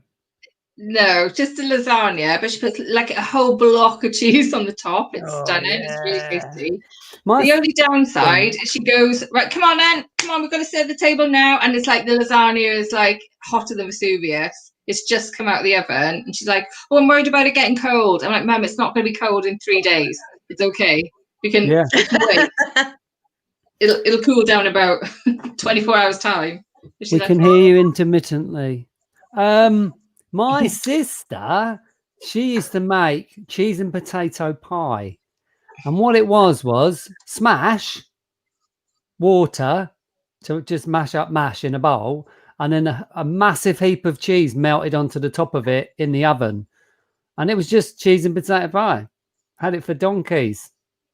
Love cheese. So simple, so easy. Yeah. All right, Lucy. Do you want to have a go? Oh, I'm going to try and go. I'm going to try and go back to the house because I think you've got my audio at least on that one. I just when your feel like screen I could was join in. blank. I prefer when the screen was blank, and then we could just hear your voice. You're an utter bitch. Actually, I wonder if that would help because the internet was fine before the three of us were on, and we think that might be what the issue is. So if there's less like info going through your computer. Sorry, what was that? I'm just saying to Lucy, it might help actually if she's able to turn the start with off. just voice. Start with just your voice, and then work your way back slowly. I've got a message from Dickie Dido. So can you hear this? Yes. Tell me if you can hear this coming through. Hello, ladies and gents. Oh, it's lovely to see you all together. Hey, I bought some pork belly from the butchers. Had nipples all over it. Straight in the bin. Did you hear that? Oh, that poor pig died for nothing, Dickie. Just I chaos. hope you sacrificed something on the altar of the pig gods. Yeah, of course he did. Of course he did. Terrible. Right. She's moving. I think Lucy's moving. Keep on moving. I've moved to my house Wi-Fi. Can you at least get my audio? Yes, we have your audio. Yeah. Oh, thank fuck for that. I felt like a third prick in a fucking orgy. Well, you say that. I'd say they're all pretty useful. You've got 2 hands and many other places. The holes are available. Do you know what thruppling is? Yes. Oh, a thruple. How do you know? How do you know? Yeah, there's new dating apps that you can join for thruples. Do you know what a unicorn is? I've been learning about stuff. Do you know what a unicorn is? I was hoping it's not a mythical animal. No, well, it kind of is. Yeah, it's a girl who's willing to join a couple a man and a woman, because a young, randy, good-looking girl would suit both of those people, and they're very, very hard to find. There's a Netflix TV program about it called Me, Him, and Her. I think so. Is that thruppling or is that Strappling and polygamy? a unicorn in. Polygamy. Oh, is it? Yeah, because it's a hot college girl, and it's like a #1 American show, but it's got it's a bit like, you know, early days of Channel 5. It was a little bit saucy. It's a bit like that. Okay. Yeah. Just noting that down. Okay. Yeah. Late night watching. I used to go about 2004. I used to go drinking in town, and I made friends with a couple, and they were absolutely cracking. We used to watch the same sort of films and TVs. We were always just talking all the time. And one night when we were halfway through a movie, they basically, I think they thought I was a unicorn, and I was like, oh no. oh no. What they've done, the mythical beast. Not. I've had a lot of offers in Edinburgh, like, strangely enough. Consensually. Come on, it's gone. I'm overexcited. You can hear my audio now, and I've got nothing to say. Let's just be quiet then. Let's just be quiet and let Lucy go and tell us more stories of her sexual adventures. Shoot. Shoot. That's what he said. Shoot. Shoot. Not the face. Not the face. Tits not the face. Tits not the face. Exactly. On the back, so I can't see it. You can never tell whether or not they're lying, and they've just spat at you. Wow. Wow. I'll just be happy they're finished and I can take my money. £20, please. I don't know why I was overexcited at all. Say that again, Sarah. I can't. The moment's passed. Oh, she's finished. Oh. I've arrived. I've arrived. Jenny, I have to ask. Oh, yeah. Did you dress up in a sheet on Halloween? I thought about you on Halloween, on how you have such a perfect song about a perfect outfit. And I received pleasure from picturing you in a sheet. I have to say thank you very much. That really is. I know it's not you. Well, it is you at the end of it. So many people tag me. So many people tag me in stuff that involves ghosts. I've done it. Hey, I'm like, brilliant. But I like the way that that's carried through though, because that's my classic joke. You only get one, and I'm having it. I get random emails and messages and stuff with anything to do with dogging. Because of my comedy routine about dogging, I can open my messenger and there's a comedian I've met online in Chicago, and it'll be like, "Oh, this is about dogging. Saw this and thought of you." Do you have any dogging sites near you? Because we've got one really close. Loads. Really famous one. Absolutely loads. So what are your favourite? In fact, the most famous I can. Well, there's a brilliant one towards Torquay. And it's a dogging site, and it's at Labrador Bay. And I think the kudos, perfect. How can you tell? And then there's the one at the Link Road. When you park up, lots of people stand around your car, waiting with their dicks out. As a sign. Is it like a summer only type thing? Or you're asking us like we know. Come on, the dangers are you're out on the road and you pull into a lay-by to park up for the night, and then you suddenly hear a lot of cars outside, and you sort of look through the curtains, and they all seem to be very friendly with each other, but you literally cannot move because you've put yourself on break. You're not allowed to drive when you're on break, and you're locking the doors and making sure the curtains are shut. Because they think ultimately that you want to join in, because I'm sure a lot of truck drivers have done in the past. Whereas I don't want to join in, and I don't want my diesel nicked. Hold on, is that a euphemism? No, but it is a new comedy route I've written. It's my latest one. Brilliant. I like it. I like it. We go running. Me and my mate go not running, walking. Because I live in quite a wooded area in the Surrey Hills. And when you Thanks, Danny. Danny saying, no, having worked in the courts, dogging does reduce in winter, but it does happen. I like that. Like there's a weather report. The dogging report. Reducing down to a 7 in the east, rising slowly to a mild 5 in the west. Showers before midnight because early frost. Yeah, showers probable. But where we go past ours, it stinks. Absolutely stinks. All the benches have got Johnnies hanging off them, and it's a real big. It's horrible. Yeah, it's not. Do you know the dogging song? There's some woman on the piano. No, I think so. Two posh women. One of them's on the piano. Yes. Dogging, dogging. Let's all Very go much dogging.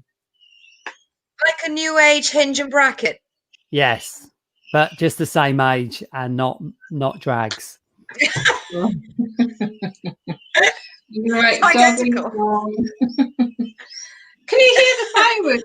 Yeah, I can. So sorry. It's just every time we talk about sex, it goes. Yeah, I have actually been sent that dogging song about 7 different times, so I can forward it to you. It's sort of like ghost sex with Jenny. Anything to do with dogging, just give Orchard a ring. I've got the link. Yeah. Just knock on her window when she's parked up, sort you right out. If the lights are on, get involved. Yeah, that's right. Yeah, just stare through the window.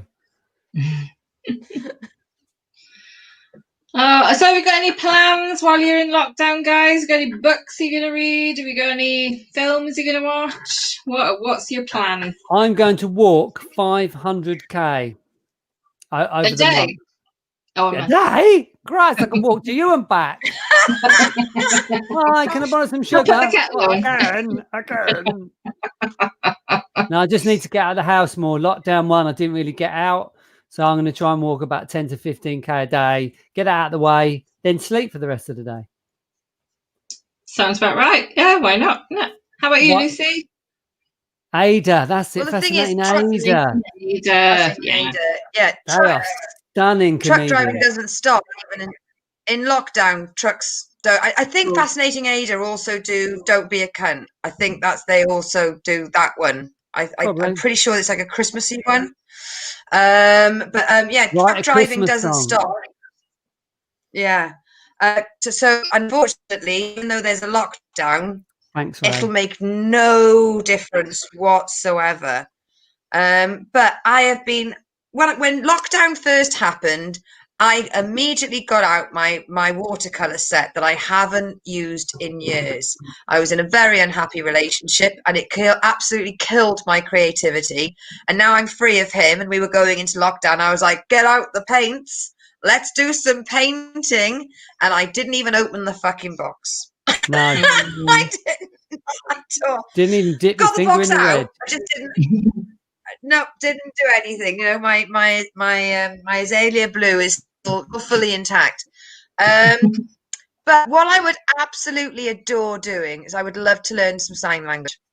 And I feel really crap that I don't know any. Do you know Siobhan? I can do Siobhan Dodd. I think she's a comedian. I've always been able to spell the alphabet, but I don't know any key phrases. And when I was working in a restaurant recently, there was a young woman with learning difficulties that came in, and she sort of had quite an upsetting episode. And by asking her parents to show me some sign language, I was able to help her calm me down. And I was like, I felt really annoyed that I didn't know anything. Yeah. It's not like a separate language for a country we're going to visit. This is a language that we need in this country. And I'm making a point of mentioning it as much as I can to force myself into doing it, if that makes sense. Yeah. Plus, as well, when you do, like I did some gigs for Pride, was it last year? Maybe 2 years ago. I can't remember now. But you have a sign person come in and sign all your jokes. and it is the best experience. One, because you get to see a different part of life. And as I say, I know a comedian who signs, and I think she signs for her husband. So when they're at comedy, she signs the jokes to him, and it's an amazing thing. But when some bloke's singing about, when a bloke's signing all your filthy jokes and all this stuff, it is the funniest thing. And the audience love it as well because they're watching you, but at the corner of their eye, they're watching this guy. And he becomes part of it. You know, I think they had three signers, three from the BSL, and we became sort of friends with them, and they felt like they were real part of the show. It was really, really nice. Nice. I noticed on Mark Watson's 24-hour thing last week they had signage. Yeah, I saw a clip of that. I think Vix Layton, I think, maybe put a clip up, and I saw that. Yeah, I think he took a comedy arcade there. I think that's one really good thing about this lockdown and gigs online is it's made everyone aware of accessibility that we just weren't aware of as much before. Yeah, because what I think we could do is you could do both. You could have a theatre gig, but with a live feed as well for people, because not all venues are accessible for people with disabilities or wheelchairs or hard of hearing, maybe whatever they are. And it's not everybody can make them accessible either. So just have the outlet. I think that's really nice if you could do that. Have a little live stream on the side and occasionally go, oi, up there. Yes. Or down there or across there. Yeah. Because it's not as well as accessibility, it's a question of affordability as well. You know, especially living in Swansea, and especially when there's lots of gigs in London that I'd love to go to, and they're only in London, and you're like, right, okay, well that's an extra £100 on top of however much the ticket is, because either I'm going to get there and back or I'm going to stay overnight. Yeah. And it's very similar to, have you ever been to the cinema to watch the National Theatre live? I've been to about 4 of their screenings where you just go to the cinema, but you're watching the National Theatre. And I think taking that sort of look at it, of doing a live show, as opposed to just doing like Zoom comedy, but actually having a live feed at your live gig, I think is such a fantastic thing that will come out of this. Because most women have to think about safety, location, travel, childcare, etc., etc., etc. For me, living in but for me, and I don't know about like Sarah, you're in Swansea, but you've still got more amenities. I'm right in the middle of buttfuck nowhere. So in order to go to any kind of big gig, that is sounds like a place in Wales, we would call that Aberystwyth. That's the way we, you're Aberystwyth. It just means that fucking nowhere. But it's an hour and a half travel and parking and not being able to have a drink because you've got to travel, and the toilets may be absolutely disgusting as well, or drinks may be overpriced or down, or you may have anxiety. I think I do really think it should be a good thing, but what I think other people should do really is just keep watching the kitchen sink as long as lockdown's on. Yeah. Keep doing that. Definitely keep doing that. I can only profusely and from the bottom of my heart for my internet connection. I couldn't have wanted to be more present during a guest than yourself, Jenny, because I'm totally not just a fan of you. Absolutely disappointed. I thought that was just your face. No, it's the reflection of the glitter wall. Look, I can do disco with my lights. Ready? Yeah. Oh, that was yeah. I love that what's behind the scenes. Oh, it's my 2-bedroom lamps. That's what it is. Oh, that's a good way of doing it. Yeah, but without them, that's not good, is it? Looks like a fucking seance. Exactly. Ghosts. There's a ghost here, just in the front room, waiting for me. What What was I going to say? Oh yeah. So what? Bobby Bull died recently. Oh yeah. Really, all Oh, the stories that came out from comedians who've been around a long time as well was really nice to sort of hear, because it reminds you that is that a spliff? no, not yet. I love these little comments. They're wicked. But it reminds you that there's a lot of hard work to be done in comedy before you get the nice toilets and the nice gig and all of that stuff. But it's those gigs where you do sort of gig to two people in the arse end of nowhere that are the important ones, where you sort of grow. I kind of think we're really lucky because of the internet to see all these amazing gigs to want to do. And we kind of forget sometimes that if there's only two people, then it's a dog shit gig that you kind of just instantly go, no, I'm not doing it. Whereas someone reminded me that Bobby Bull did a gig to two people and he went, right, it's just us, okay? I'm going to make this the best gig of your life. And you're going to make this the best gig of your life as well. And instantly there was a connection between them, which normally you sort of put a barrier up, don't you? Because you think it's going to be shit. And he just made the gig for them. And I think I've forgotten that over the sort of last few years by doing some good gigs, that there are some really good gigs that are not good gigs to have. Is it Dave Spikey from Phoenix Nights? The black bags? That is it. It's not Spikey, is it? What's yeah. So we went to see him in the Prince. Yeah, we went to see him in the Princess Theatre in Torquay, and there was us four and two other people. And he said, "You paid, so I'm still doing the gig." Absolutely, and he did, and he did the gig. And God bless him, he made a point of making us feel like the most special 6 people in the entire fucking world. It was brilliant. He was like, get up, put a seat between you, fuck them, get your feet on the chair in front, heckle all you want, doesn't matter, get your crisps out. Absolutely. My admiration for him is through the roof. Yeah, when I did Duck Phaser, when Danny was there were only 10 people in the audience. It's a massive room, lovely stage. And when we walked in, we were sort of like, not, oh, I can't be bothered with this gig, but you have to mentally change instantly. But as Jim just said, you don't know who those 10 people are. And obviously people then start following you. If you give a good impression, it's like a job interview. If you give a good impression of yourself, people give back to that. And I personally, I like that. I really do. Then again, if someone's a bit of an arsehole, then they deserve everything they get. Yeah. Yeah. But I think they were a great 10 people. Yeah, but I think what really is annoying about Bobby Bull passing away is that there is not a story about him that's negative. Him and Eddie just seemed like they were just the loveliest guys, and they were only on Chris Moyles maybe about 4 or 5 months ago, and they were telling the most amazing stories about when they would play the peer shows. And if anyone else is listening, please go on YouTube, type in Ball together and give that song a listen, because it is the most amazing song. Yeah.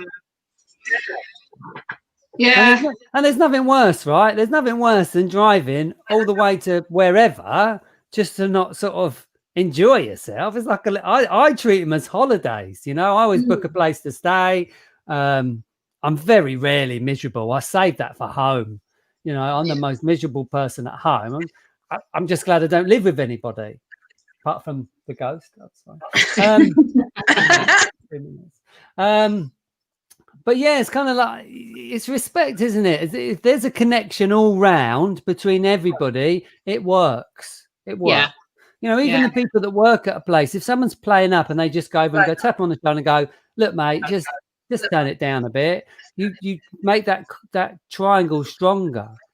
Yeah, I did a gig in Swansea. It was in this really big room, but it was a bar and a restaurant and everything. We got a meal, for doing the gig. We paid in a really lovely meal. Sausage rolls. Yeah. Thai restaurant. It was the food was stunning, and it was always like, oh, do we have to do it? there were 5 people and they were all men. And I was at first and I was thinking, oh God, they're not going to go for me, talking about women's stuff, menopause, all this. Periods. Yeah. And also the gig had been delayed because of all sorts of reasons. So it was like an hour and a half after the gig was meant to friggin' start. Yeah, started. Wow. So I was like, oh my God, they're going to be, I was surprised they were even still there. And I thought, oh, they're going to just be so annoyed. They were one of the best audiences I've ever played to. And I did like the over time because they were so lovely. They were really great. Yeah. They were brilliant. Chris Topping was emceeing that night and he was fantastic. And it one of the best nights. So you never know. You never know what's going to happen. You can have I've had a full room over the other side of the country, Christmas, and I can still remember the woman with a Christmas jumper on like that at me, that's silent. I've paid £3. Make me laugh, you little asshole. You little asshole. Do it quick because I want to know whether I won the raffle. You know, it's just we got 5 people. It was amazing. So you just never know. That's part of the fun of it, isn't it? Be prepared for all situations. And sometimes, I did a gig in I did it for Pam Ford. It was in a calf. Oh, that glass has got a big crack down the side of it. Sorry. Well, that's gonna go. It's got water in it. I did a gig for Pam Ford, and it was just people in the restaurant that didn't really. I think they paid tickets because someone had made them for charity or something. I don't know, but it was genuine battle with them. But even to the end, I did my stuff as filthy as it was and as dark and wrong as it was. I still did it, but they sat there like that. They didn't want it. So all you can do is, as I say, like a job interview, do the best impersonation of yourself. And then walk away and slag them off in the car on the way home. Yeah. Or talk about them on little shows like this. Yeah. Unlike Danny, it was amazing. Danny French. Yeah, amazing. She is amazing. I like this comment Jim Howarth has made. I always focus on the audience. They've paid for a show and it's not their fault not many turned up. That's absolutely true. And especially if they're a small audience. A bit like that, yeah. They're a bit nervous or a bit like, oh God, it's down to the MC or if not the MC, if they don't do it, then the first person that goes on. We've got to make the cohesive, like a group, and like we're in this together, like Bobby Ball did. That sounds like a perfect way to deal with a small audience. And God knows bring them in, right? Bring them in. Let them into your life, because that's what comedy is, isn't it? You're just sort of sharing stuff. Some of it's made up, some of it's definitely true, but you don't let them know which side that is. I don't know my dad. But it's kind of, it genuinely is. I've never thought of it like that they don't know the numbers. They've come to be made to be entertained. And that doesn't change whether there's 6,000 people or they're just them two. So it's the ticket price, isn't it? And I'm just saying all this positive stuff because I just want Jim to book me one day. Now you're listening, Jim. Now I've got positive. Hi, Jim. I'm very funny.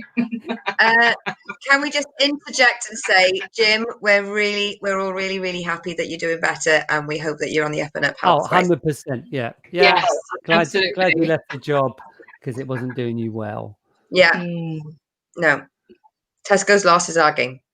100%. Oh, missed out on Tesco just before Christmas as well. Nice one. Well, Happy yeah. I know, it's hard to get busy as shit, mate. Exactly. I've just left a job at the post office. You have? I've just left a job at the post office. I was doing a couple of shifts in my local spa, which has also got a post office. Yeah. And even now, the post, because no one can go and see their families over Christmas, so they're going to be sending more stuff. And already the post office side of it was getting more and more cranked up. If there was ever a time to suddenly go, bye! There was ever a time to steal people's parcels and said they'd just gone missing. It was now. Idiot. You idiot. Think of the iPads. Think of the children. Think of the jewellery. Exactly. Guys, people, I'm trying to drop the word guys from my vocabulary, but it's so ingrained. I've been trying to drop it for like a year. Hey, y'all. Yo, yo, yo, girls. Yo, yo, yo, in the house. Yeah, it's 8:45. Oh, right. As Have I much got to as go? I'm Yes, having it's to very say, important. I'm We're gonna aware have that to you've got go on. another gig. So it's been lovely having you on, Jenny. Thank you so much. Did my nails special. Absolutely beautiful. Aw. Just, I broke just, mine, especially. just turn me off. It's fine. I'm melting. What a world. Ah. I will I'm just trying kick to you out go the fucking to the room. studio. Oh, she's gone.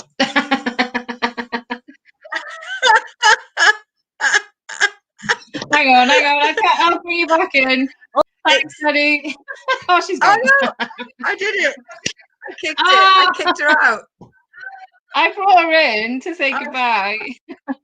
Oh well. I genuinely, I'm so sad about my internet. You could see my little face.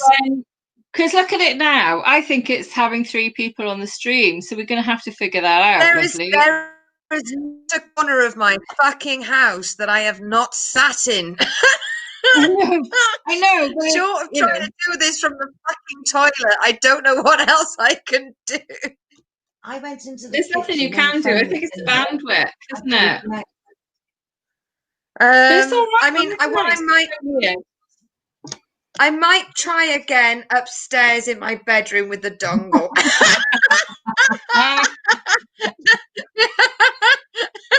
Sorry, Jenny. We love you. We will have to get Jenny back now. We're just going to have to get her back. She might not want to come, but I'm gonna try the Die Towler internet challenge, where I'm just gonna sit in my car and do it from my phone. I'm going to seek Dicky Dido out for the name alone, because that is a brilliant name, Dicky Dido. Yeah. On Instagram. Yeah, that's cool. I'm knackered tonight. Are you? I'm a little tired, I have to admit. Only because getting back from getting back from the gig in Plymouth, and then getting up at 5 a.m. to do trucking. And then I did 11 hours today.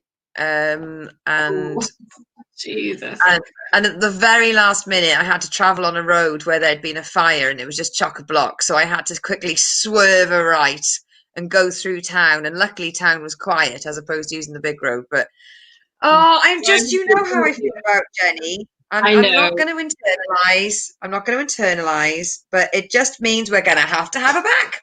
Yes, that's all that is. That just means we're going to have her back. And if I have to, I will travel to somebody else's fucking house to do it. Yeah. Dave Dart, if you're watching, I'm going to be doing the next time we have Jenny. I'm doing it from Dave Dart's house. Just letting you know, Dave. It's time for the review. Yes.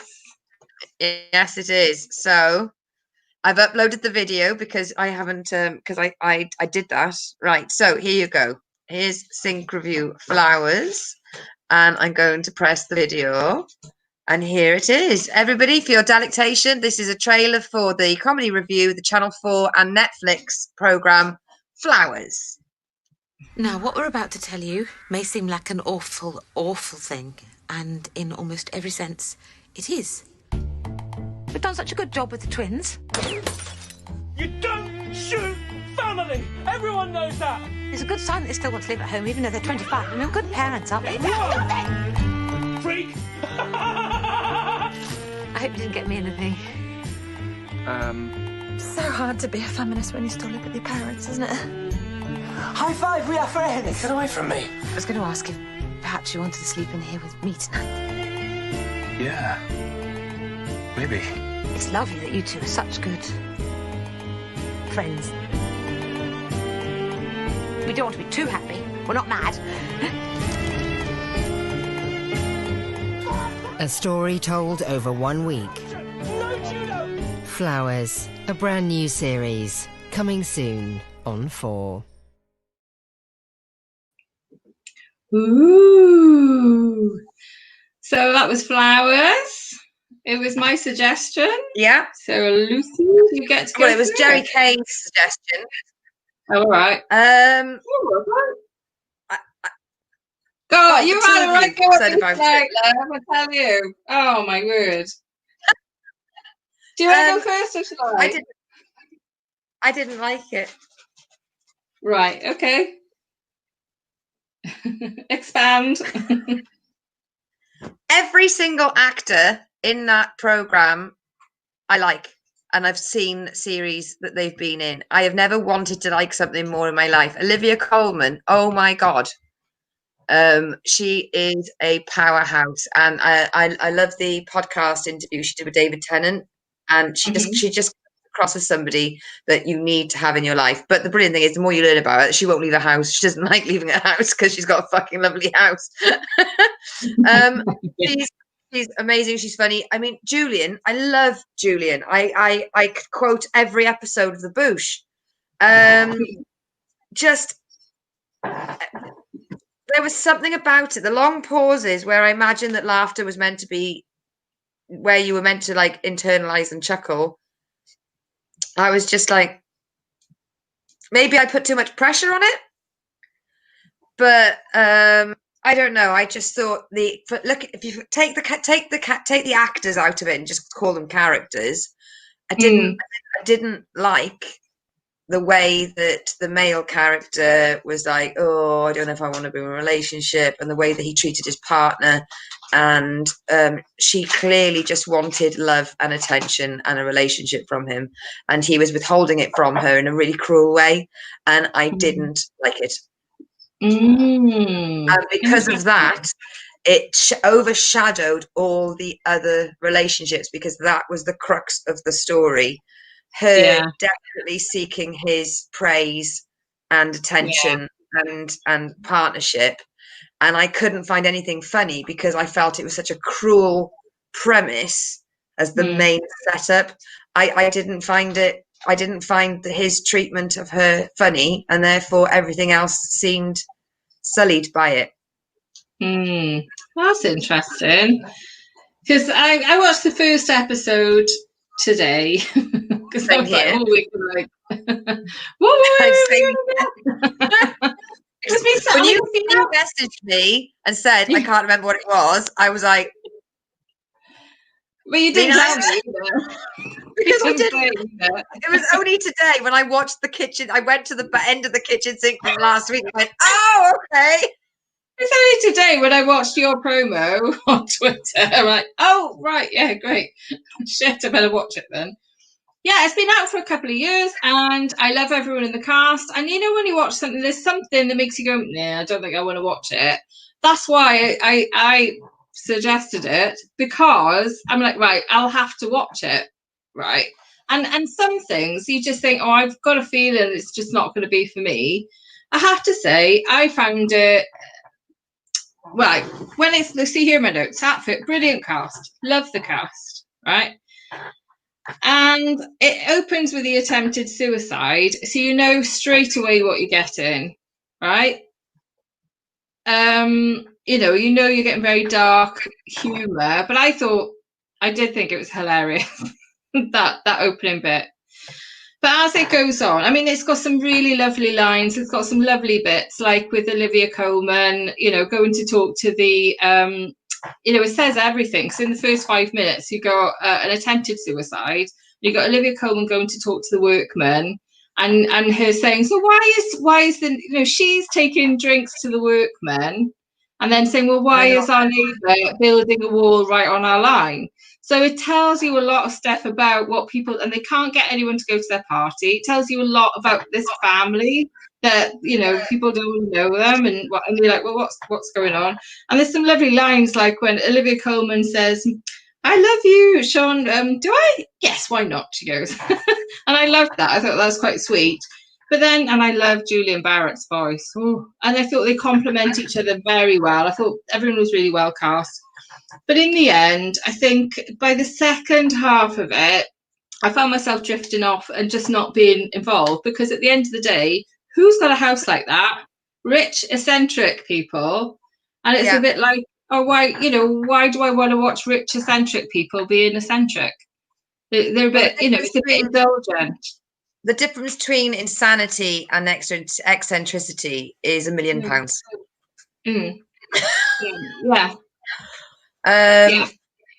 He wasn't bothered about the kids. That's her job. He just wants to sit and write a shit book, and everyone has to walk on eggshells around him. If you're that intelligent, why didn't you do a better job in the first scene? I just thought, the tree's shit. The children, I just, when she gave him the book, it was one of the most painful things I've seen for a while. And all I wanted to do was hug her and punch him in the throat. Yeah. And then when the neighbor turned up, and that was his persona, he's the, I'm the really well-established doctor. And because I'm a male surgeon, that was odd. Because I'm a male plastic surgeon, I can be that obnoxious, and people will fake laugh at my jokes because I'm so powerful. That just made me think, oh, fuck off.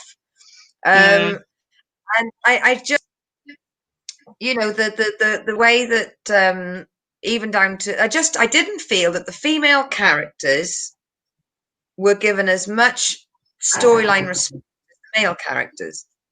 I didn't see it that way at all. I thought, the daughter had quite a big bit, and I just didn't look at it in that way. I was just watching it, and to see if I just genuinely enjoyed it, and to see what I could pick up in terms of enjoyment. And I just say in the first half, I did enjoy it, and I didn't think in terms of, I think maybe because of Julian Barrett, seems quite unassuming. He's not this. I didn't want to love anything with Julian Barrett in more. Yeah. I mean, my life has been the void that the TV has had since he has sort of stepped back from the bush. I was over the moon to have him in something. Yeah. And then I was like, this.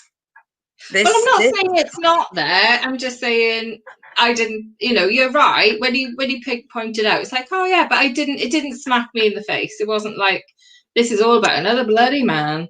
It didn't smack me in the face in that way. I don't know why. I just took it a bit at face value, and like I say, I enjoyed some of the bits in it, but by the end of it, I was a bit like, oh, I'm kind of done. I didn't like the thing exploded. There's, it's got a bit of physical humor in there. It was all right. I don't know. I'll probably watch another episode and see if it would grip me a bit more. So, right. So I was talking to my friend about Flowers today, and about how annoyed I was that I didn't like it.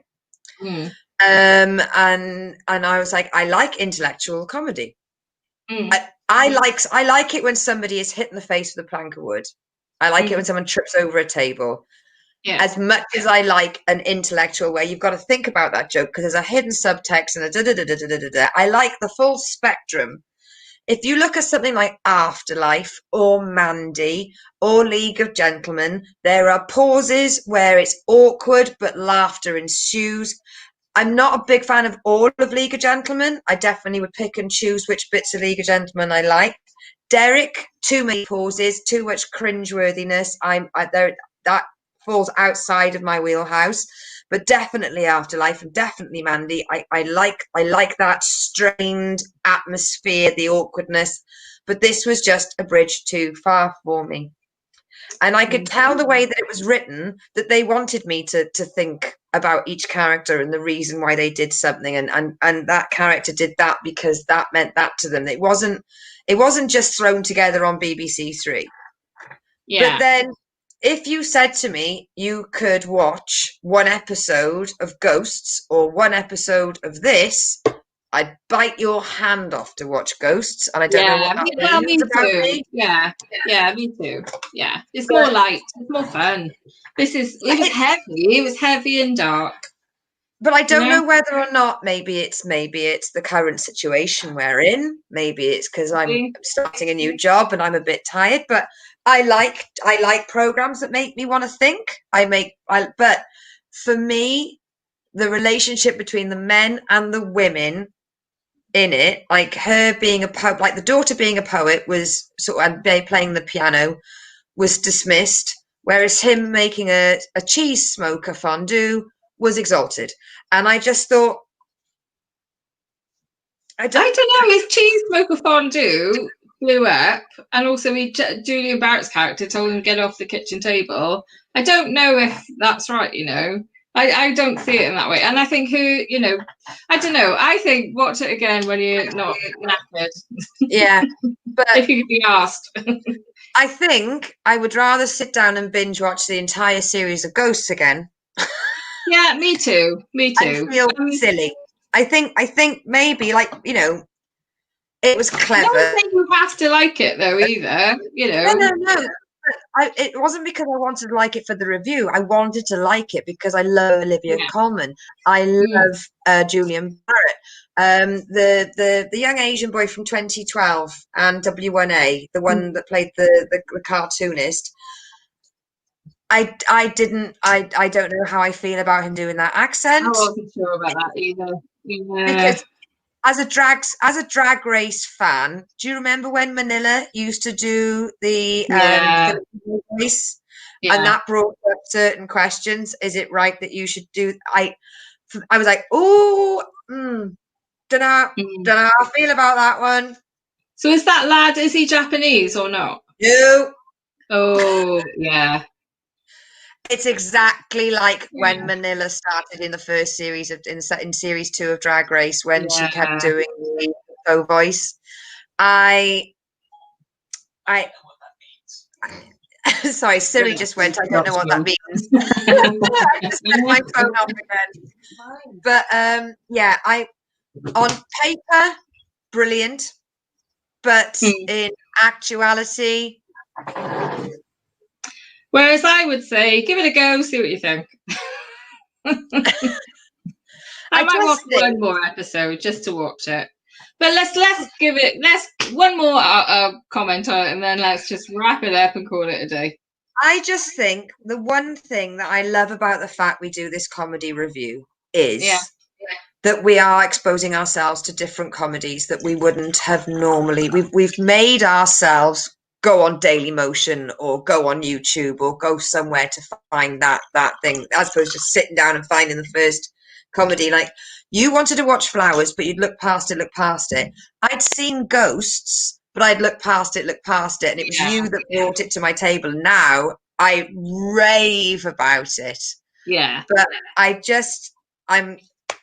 think out of this is probably the only one I haven't liked.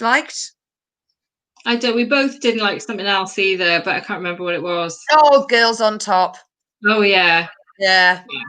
We like most things. Well, I think how many reviews have we done? That's not Too bad. many. Not bad. 110, is it? What week are we on? I don't know. Right, what's happening next week, lovely? Can we remember who we've got next week? Stephen Evans, I think. Stephen Evans. Right. I have got now, it's Channel 5. Can I suggest for next week? Yes, you can. Right. So it's completely, I think it's a palate cleanser. I don't know whether or not it counts as a comedy show. Well, it is a comedy show, but it's Channel 5 and it's called Comedy Game Night. Right, Comedy Game Night. Right, okay. And it's on Channel 5. Is it like Taskmaster? It's more. Well, it's like win, lose or draw. Right. Okay. Comedy Game Night. I'm writing it down. Hopefully and that's on Channel 5. Okay. Yeah, it's just silly. I think after that, we need some silly. Okay. And while we're talking, I'm frantically getting onto our spreadsheet to double check who's our guest for next week. I'm pretty sure it's Steph Evans, because we've got SLC as the week after, at the end of November. You know, the fireworks are still going like crazy over here. It's mad. when I was on the phone today to Dave, and I was saying about how I felt quite annoyed that I'd seen it. I love comedy. I choose comedy over anything every single day, and I watched some comedy, and it is really rare for me to not fall in love with it instantly. I just like people sitting down, taking their minds off life and watching silly things and funny things and endearing things. And I just felt really like I didn't like it. So I was saying that. And my friend said, well, I've been watching Comedy Game Night on Channel 5. You'll love it. So I went, right. That's the one we're having. Okay, cool. Yeah. So, right, for next week. So thank you for that, Lucy. Comedy Game Night on Channel 5, if everybody would like to watch it and join in the chat.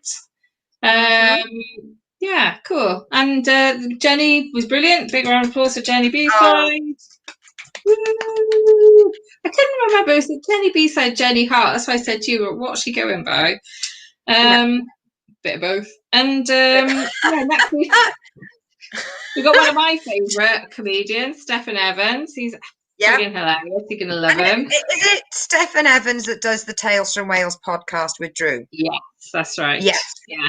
He's so funny. He's one of the most funny, naturally funny people I've ever met. He's just hilarious. I'm looking forward to having, because I've been meaning to listen to Tales from Wales for ages, and this will be my push to give it a listen in the next 7 days. So over with that. But yes, I we're off. And then, oh, sorry, what were you going to say?